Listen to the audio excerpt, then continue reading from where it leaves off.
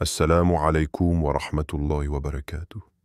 Avant de commencer, prends une respiration, ferme les yeux un instant. Regarde en toi, tu dis aimer Allah, tu dis aimer le prophète. Alors écoute le silence de ton cœur et demande-toi, que représente pour toi la prière de l'Aïd? Est-ce un simple rituel annuel ou un rendez-vous sacré avec ton Créateur?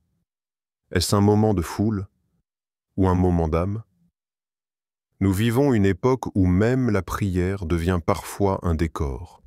On y va, on prend des photos, on repart. Mais qu'en est-il du khushu, de la présence, de l'amour de Dieu? Aujourd'hui, tu vas vivre un moment unique.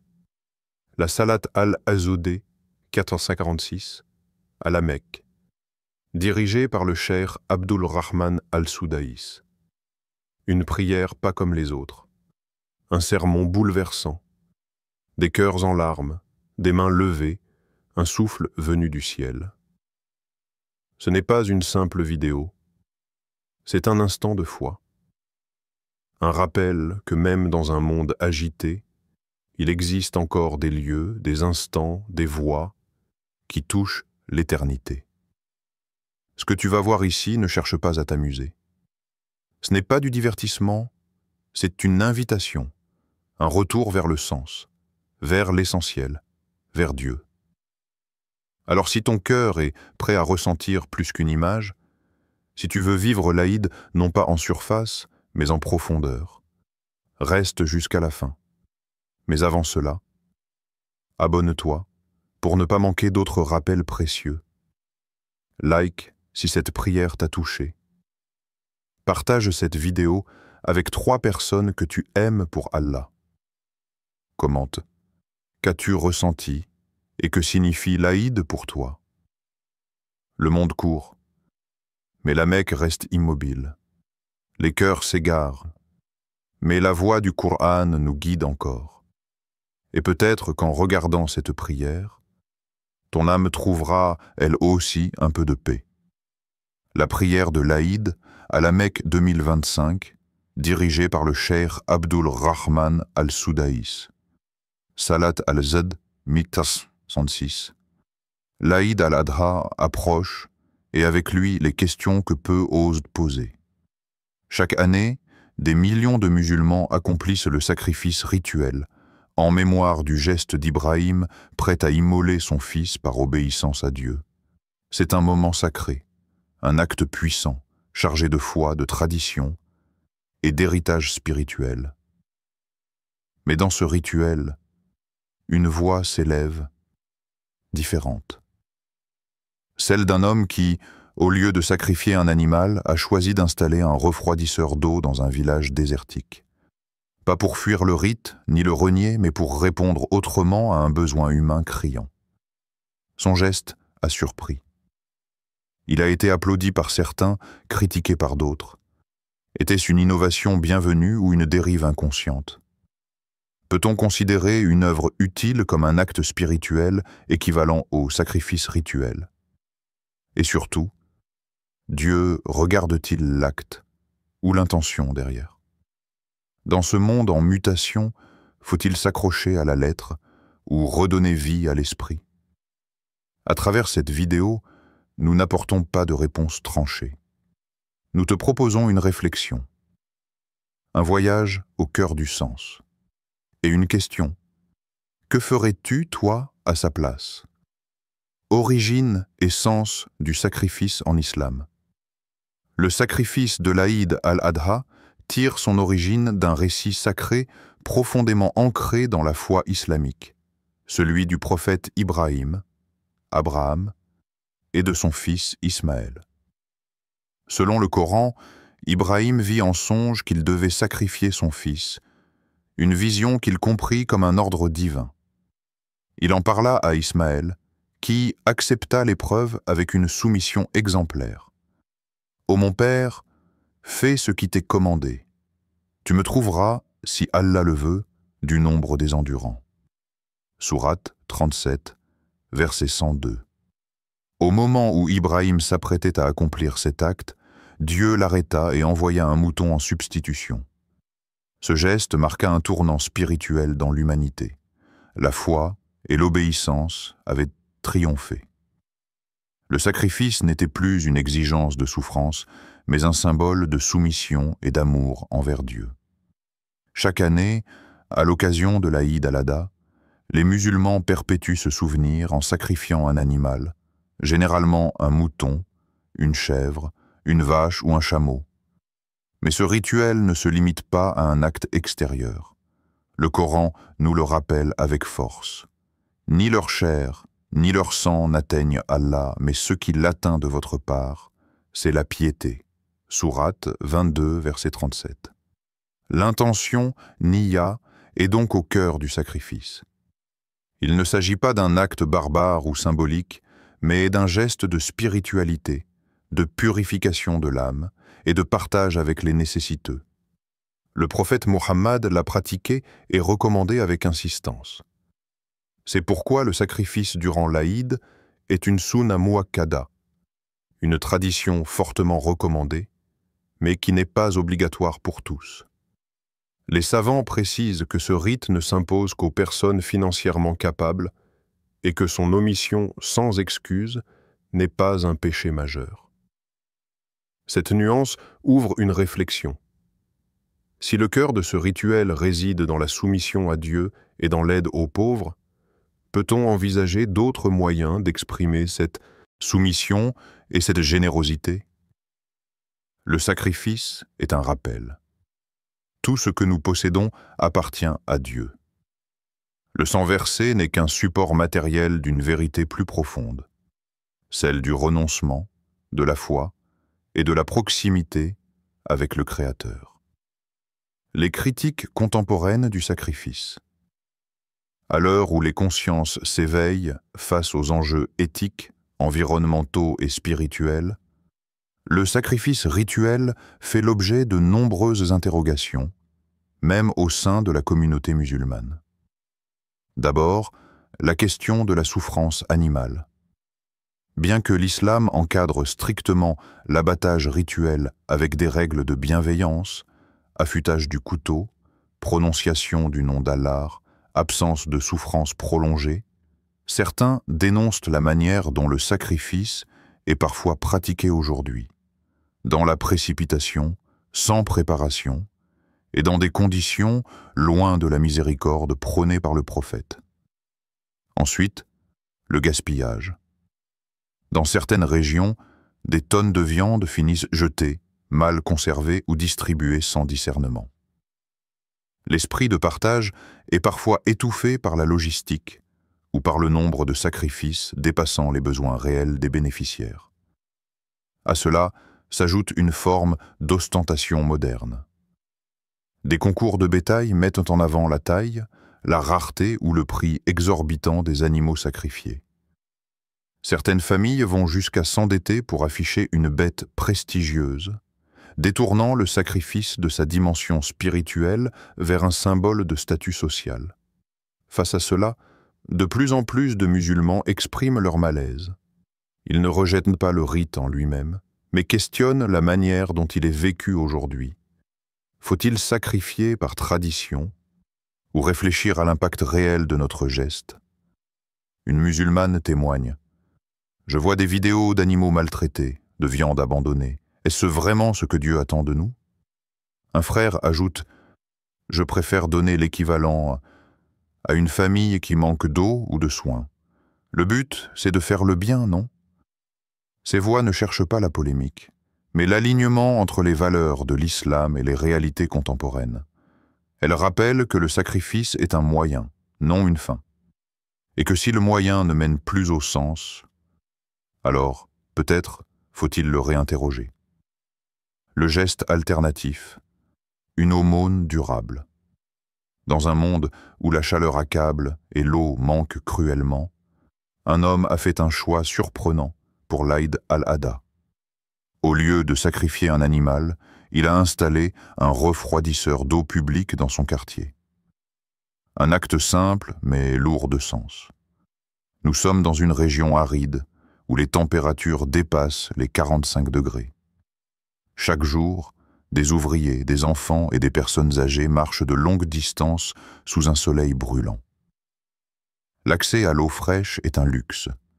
Dans ce contexte, le geste de cet homme n'a rien d'anodin. Il répond à un besoin vital et il touche les cœurs. Des témoignages affluent.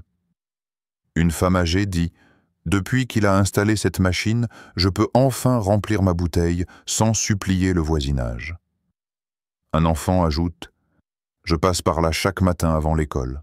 C'est devenu notre point de rendez-vous. » Le refroidisseur n'est pas seulement un appareil, c'est un acte de miséricorde.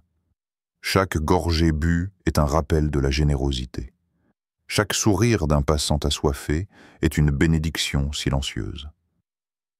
En islam, il existe un concept précieux, la sadaqa jariya, l'aumône continue. Contrairement à une action ponctuelle, elle perdure dans le temps. Installer une source d'eau potable en fait partie, tout comme construire une école, planter un arbre ou transmettre un savoir utile. Le prophète a dit « Lorsque le fils d'Adam meurt, son œuvre s'arrête sauf dans 3 cas. Une aumône continue, un savoir utile ou un enfant pieux qui prie pour lui. » Muslim.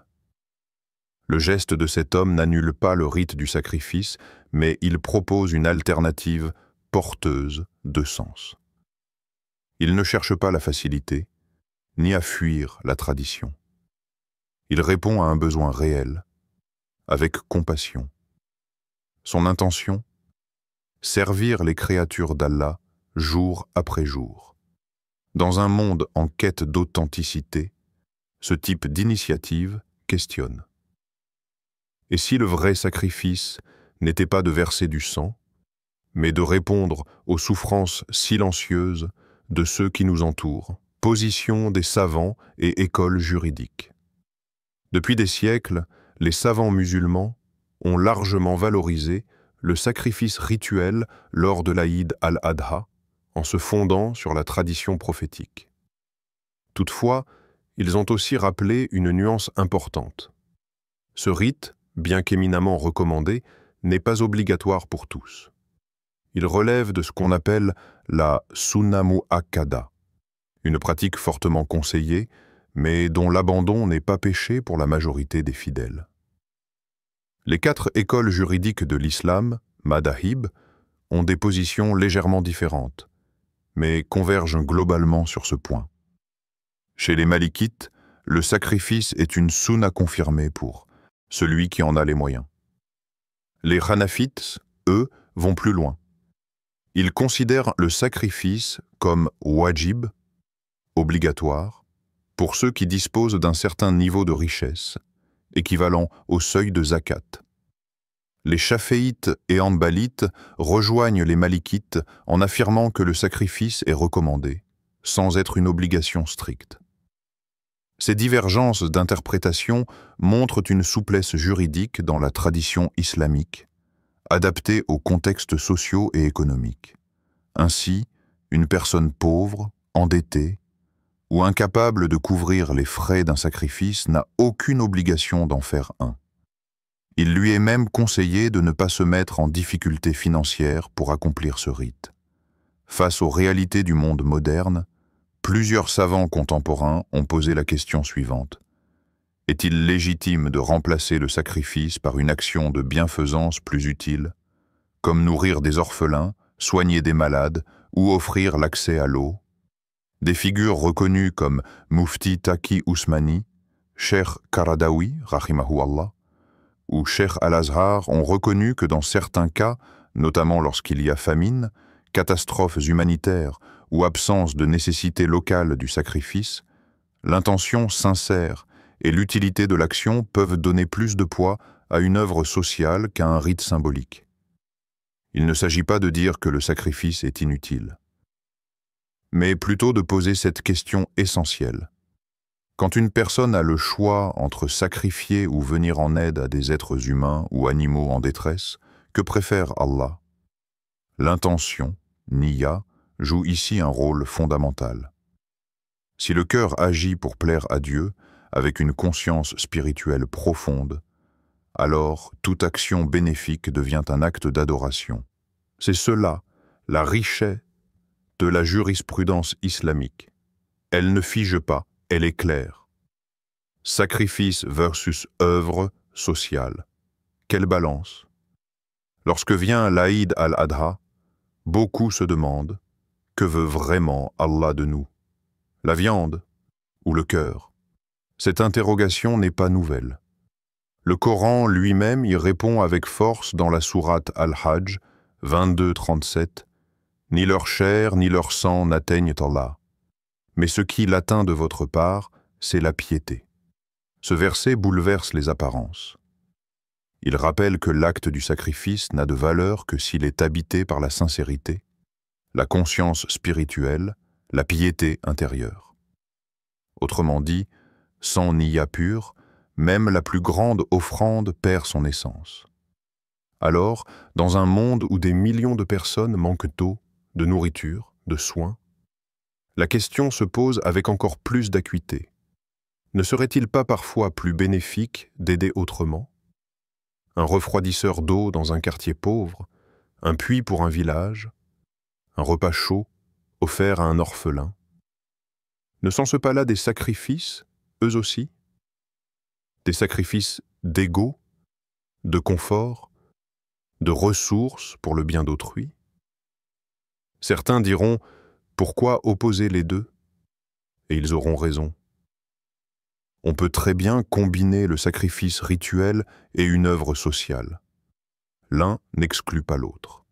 Mais dans certains cas, les priorités changent. Lorsqu'on vit dans une zone où la viande est gaspillée, où le sacrifice devient une course au prestige, ou, quand on n'a pas les moyens, alors l'aumône utile, durable, peut être plus impactante. Des savants et penseurs contemporains soulignent ce point. L'impact social d'un acte ne doit pas être ignoré. Si l'intention est de plaire à Allah et que l'acte profite à des gens dans le besoin, il peut avoir une valeur équivalente, voire supérieure au sacrifice, selon les circonstances.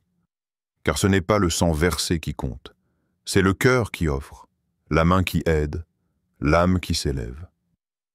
Et dans notre époque où les inégalités grandissaient, où des musulmans meurent de soif ou de faim pendant que d'autres exposent leurs moutons en ligne, il est sain de se poser la question: quel est le sacrifice qu'Allah attend vraiment de moi? Peut-être qu'aujourd'hui, le vrai sacrifice n'est pas dans l'abattage, mais dans l'engagement pour le bien, dans le choix de l'utilité plutôt que de la tradition aveugle. Et toi, si tu devais faire un seul geste pour Allah, lequel choisirais-tu? Témoignage de projets alternatifs réussis. De plus en plus de croyants, en quête de sens et d'impact, choisissent de substituer le sacrifice rituel par des projets durables, utiles à long terme.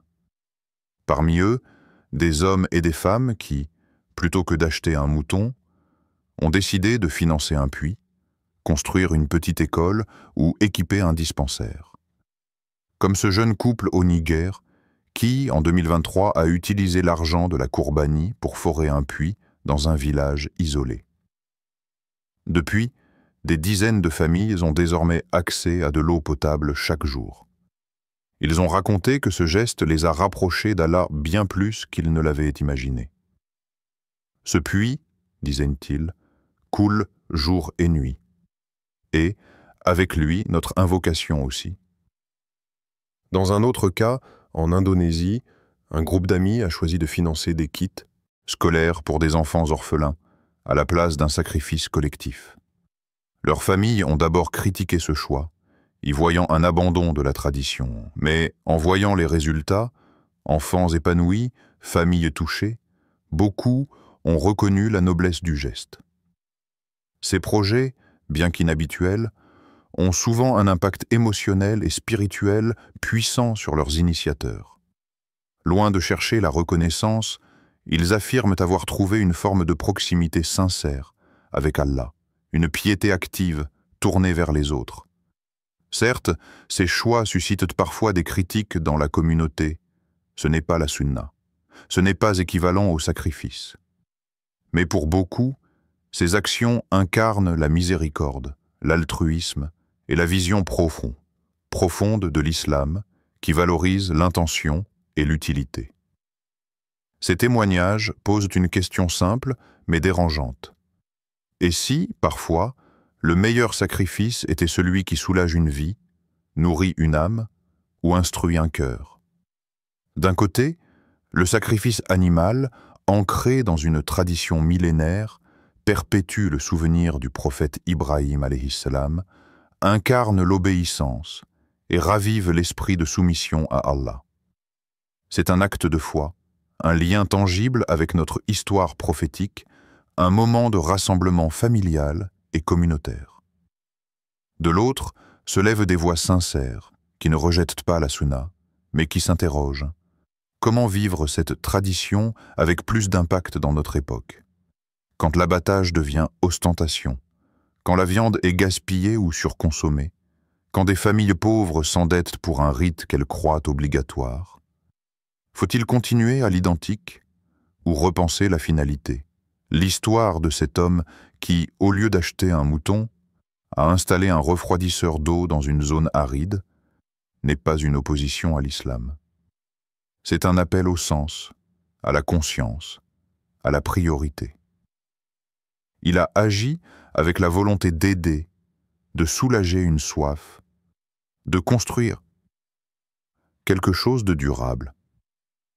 Est-ce moins noble, moins islamique, moins spirituel? C'est à chacun d'y réfléchir, loin de la passion, près du cœur. Car la vraie question n'est pas « doit-on sacrifier ou pas ?» mais plutôt « comment faire de ce moment une offrande sincère, utile et conforme à l'esprit du Coran ?» Le prophète nous a montré l'importance de la niyya, l'intention, et nous a enseigné que Dieu n'a pas besoin de la viande ni du sang, mais de la piété qui habite nos cœurs. Coran 22:37. Il a également été un homme de miséricorde, attentif au bien-être de ses compagnons, des pauvres, des animaux. Alors, si le prophète était parmi nous aujourd'hui, que ferait-il? Où mettrait-il ses priorités? Nourrirait-il une famille dans la détresse? Offrirait-il de l'eau à ceux qui en sont privés? Ou perpétuerait-il un rite visible, en veillant à ce qu'il ne devienne pas une coquille vide? Il ne s'agit pas ici d'opposer les deux voies, mais de rappeler que l'islam est une religion vivante, ancrée dans la foi, mais aussi dans la sagesse, l'équilibre et la miséricorde. Alors à toi qui regardes cette vidéo, et toi, que ferais-tu? Le débat est ouvert. Exprime-toi mais sans juger. Partage ton point de vue, mais avec bienveillance.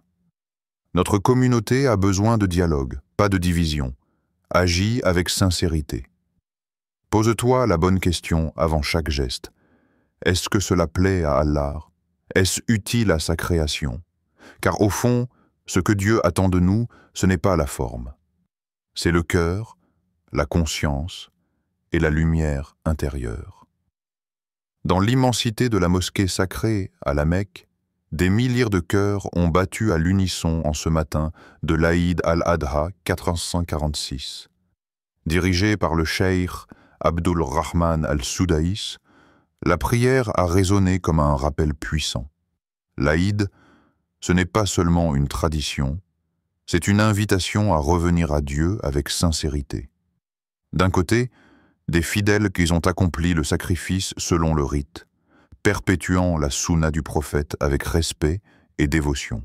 De l'autre, certains ont choisi d'agir autrement, construire un puits, nourrir des affamés, offrir un fauteuil roulant, installer un refroidisseur d'eau. Ils n'ont pas rejeté la tradition, ils ont simplement voulu la prolonger. Par d'autres formes de dons, dans des contextes précis, selon leurs moyens, en écoutant leur conscience. Allah n'impose à aucune âme une charge supérieure à sa capacité. Sourate Al-Baqarah, verset 286. Cette prière de l'Aïd nous le rappelle. L'essentiel n'est pas dans la forme extérieure, mais dans l'intention intérieure. Ce n'est ni le nombre de bêtes égorgées, ni le volume de viande distribuée, ni les photos partagées sur les réseaux, c'est la piété, la sincérité, la conscience de Dieu dans le geste. Le Coran nous éclaire. Ni leur chair ni leur sang n'atteindront Allah, mais ce qu'il atteint de votre part, c'est la piété. Sourate Al-Hajj, verset 37. Alors, que retiendras-tu de cette prière? Que feras-tu, toi, cette année? Sacrifieras-tu comme d'habitude? Ou chercheras-tu un sens plus profond, un don plus adapté, une action plus utile? Et si tu fais les deux, Allah t'en récompensera doublement. Ce n'est pas une opposition entre tradition et innovation. C'est une question de niyya, d'intelligence spirituelle, de cœur. Le frère qui a offert un refroidisseur d'eau au lieu d'un mouton n'a pas rejeté l'Aïd. Il a simplement compris qu'en ce lieu, en ce moment, ce besoin était plus vital. Et parfois, ce geste silencieux vaut 1000 paroles. Le monde court après l'image, mais le croyant court après le sens. Ne te demande pas seulement ce que tout le monde fait. Demande-toi ce qu'Allah attend de toi. Ici, maintenant. Le prophète a sacrifié, mais il a aussi nourri, abrité, soigné, pleuré pour sa communauté. Il a donné de lui, de son temps, de sa douleur, de son amour. Et c'est cela, le véritable esprit du sacrifice. Alors que ton aïd soit de sang ou d'eau, de silence ou d'action, qu'il soit accompli avec foi, utilité et sincérité. Abonne-toi, si tu ressens que l'adoration ne se limite pas à des gestes. Like, si tu crois que la piété vaut plus que l'apparence. Partage cette prière avec 3 cœurs en quête de sens. Commente.